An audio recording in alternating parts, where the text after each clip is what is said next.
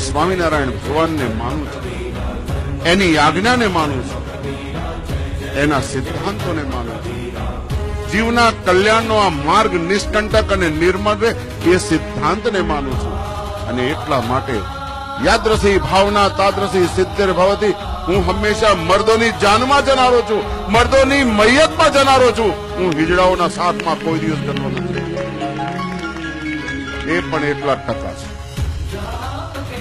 મારો ઈષ્ટદેવ ભગવાન સ્વામિનારાયણ, શ્રી કૃષ્ણ પરબ્રહ્મ ભગવાન પુરુષોત્તમ ઉપાસ્ય ઇષ્ટ દેવોના સર્વાવિર્ભાવ કારણમ સ રાધા યુધોગ્નેયો રાધા કૃષ્ણ ઇતિ રૂક્ષ્મણ્યો રમ્યો પેતો લક્ષ્મીનારાયણ સહિત આ સર્વાપરિજ્ય ભગવાન સ્વામિનારાયણનું સ્વરૂપ, એનું ફરજન એ કોઈ દિવસ અધર્મની અંદર ન રહે.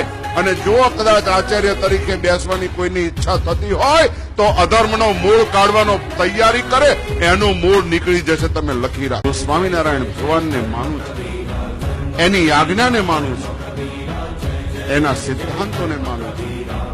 જીવના કલ્યાણનો આ માર્ગ નિષ્કંટક અને નિર્મળ રહે એ સિદ્ધાંતને માનું છું.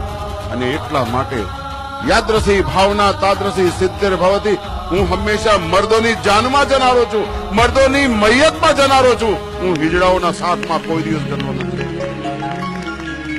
એ પણ એટલા ટકા છે.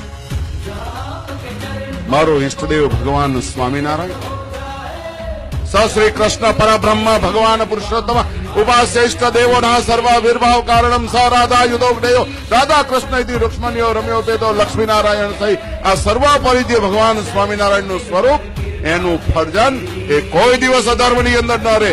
અને જો કદાચ આચાર્ય તરીકે બેસવાની કોઈની ઈચ્છા થતી હોય તો અધર્મનો મૂળ કાઢવાનો તૈયારી કરે, એનું મૂળ નીકળી જશે. તમે લખી રાખો.